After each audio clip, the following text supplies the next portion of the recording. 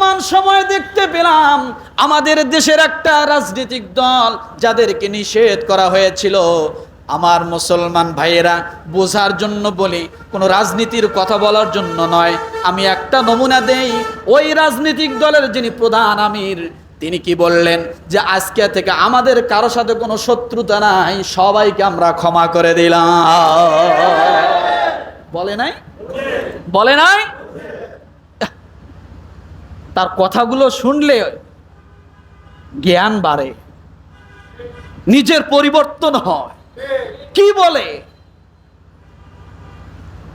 এত নির্যাতন, এত জুলুম, এত অত্যাচার, এত মামলা, এত মুকদ্দমা, এত কিছু, তারপরেও বর্তমান সময়ে দাঁড়িয়ে বলতেছে কারো প্রতি কোনো আমাদের ক্ষোভ নাই, রাগ নাই, সবাইকে মাফ করে দিলাম। কত বড় মনের মানুষ হলে এটা হতে পারে? এই মনটা এমনি এমনি তৈরি হয় নাই। আল্লাহর দ্বীনের মধ্যে কামারের কাছে যেমন লোহা দিলে লোহা থাকে না, কোন জিনিসে বস্তুতে পরিণত হয়, তারা এইরকম আল্লাহর দ্বীনের পথে চলতে চলতে 16টা বছর জ্বলতে জ্বলতে পুড়তে পুড়তে তারা এমন মানুষ হয়েছে, সোনার মানুষে পরিণত হয়েছে। কি হয়েছে বলেন? সোনার মানুষে পরিণত হয়েছে। যার কারণেই এই সময়ে তাদের জবান থেকে এমন কথা আসাটাই স্বাভাবিক। অন্যরা তো কেউ এই কথা বললো না, বলেছে? অন্যরা তো এই কথা বললো না, বরং পরিবর্তন হওয়ার সাথে একদল মানুষ সুবিধা মনে করে একেবারে লুটপাট শুরু করে দিল, লুটপাট শুরু করে দিল। আহা, ও মুসলমান, কষ্ট হয়তো মনে নিতে পারেন, কিসের লুটপাট করেন? আমি যতটুকু জানি, আমার সারা বাংলাদেশ ঘোরার অভিজ্ঞতায় যতটুকু জানি আমি, আমাদের সারা বাংলাদেশের যদি আপনি দিকগুলোর দিকে তাকান, এই দিক থেকে বর্তমান সময়ে প্লাবিত যে এলাকাগুলো, এই এলাকাগুলোর মানুষের টাকার অভাব কম। বিশ্বাস হয়? এই এলাকাগুলোর মানুষের টাকার অভাব কম। অধিকাংশ বাড়ির থেকে তারা 5টা ছেলে থাকলে 4টে বিদেশ থাকে, থাকে না? এবং বাংলাদেশের সবচাইতে বড় বড় ক্ষমতার মধ্যে যারা বড় বড় কথা বলে, ওই এলাকার মানুষগুলোর মধ্যেই বেশি। গভীর খেয়াল করে দেখেন, এমপি মন্ত্রী যেগুলো বড় বড় ক্ষমতাধর,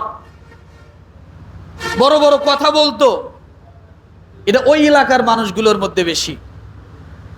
নাই? আনিসুল হক সাহেবের বাড়ি কোথায়?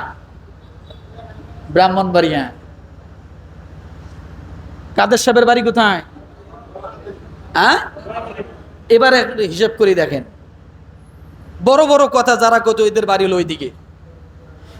এত ক্ষমতা থাকলো, টাকার অভাব নাই, প্রতি বাড়িতে 2-1টা করে ছেলে না হলেও কম বেশি বিদেশে আছে। জমি জমার অভাব নাই, প্রতিটা বাড়ি বেড়ায় বিল্ডিং। কিন্তু মুসলমান, গভীর খেয়াল করে দেখেন, ভাগ্যর কি ইতিহাস, কি নির্মম পরিহাস। মাত্র কয়েকদিনের ব্যবধানে ওই এলাকার মানুষগুলো একটা দুর্ঘটনায় কবলিত হয়ে বা চক্রান্তে, ভারতের বিভিন্ন শয়তানির চক্রান্তে পড়ে আমার ওই এলাকার ভাইয়েরা যখন কষ্টে পড়ে গেল, পানি প্লাবিত হলো, কিসের বাহাদুরি করেন? কবর দিবে 3.5 হাত মাটির প্রয়োজন, তাই তাদের কপালে জুটলো না। কলা গাছের ভেলা করে তারা পানিতে ভাসিয়ে দিতে বাধ্য হলো, অথচ 10 ফিট নিচেও মাটি আছে, এই মাটি দ্বারা তারা কোনো উপকৃত লাভ করতে পারলো না। পারছে? পারছে? 10 ফিট নিচে মাটি আছে, অথচ ওই মাটি দ্বারা কোনো উপকার করতে পারলো না। কি করা লাগলো? কলা গাছের ভেলা বানিয়ে লাশটাকে শোয়াই দিয়ে একটা চিরিকুট লিখে দেওয়া লাগলো, আমি মুসলমান। ভাসিয়ে দিল, কিছুই করার ছিল না। যে ব্যক্তিকে কলা গাছে ভাসিয়ে দিল, হয়তোবা তার ছেলে সন্তান আছে, আত্মীয় স্বজন আছে, বাড়ি আছে, গাড়ি আছে, জায়গা আছে, জমি আছে, সব আছে, থাকার পরেও নসিবে নাই তার 3.5 হাত মাটি। কিসের বাহাদুরি, কিসের লুটপাট, কি করেন এগুলো দিয়ে? আজকে হার্ট অ্যাটাক হবেন, কালকেই শেষ, কিচ্ছু থাকবে না। এই জন্য বলি, সত্যিকার মানুষ হওয়ার জন্য, সত্যিকার রাজনীতি করার জন্য, সত্যিকার গণমানুষের সেবা করার জন্য যারা সত্যিকারে নিজের জীবনকে বিলিয়ে দিয়ে হলেও মানুষের উন্নতি চায়, মানুষের কল্যাণ চায়, দল তো ওইটাই করা দরকার। যারা রাত দিন পরিশ্রম করতেছে, যাদেরকে বিলীন করার জন্য এত চেষ্টা, এত অপতৎপরতা, তারাই বিলীন হলো না। কথা ঠিক না? আর যারাই বিলীন করার জন্য এত কিছু করলো, তারাই আজকে নাই। উপরওয়ালার খেলা। কার খেলা? এই জন্য বলি, কি নিয়ে বাহাদুরি করেন? আপনি কি নিয়ে বাহাদুরি করেন? কিসের এত বাহাদুরি আপনার?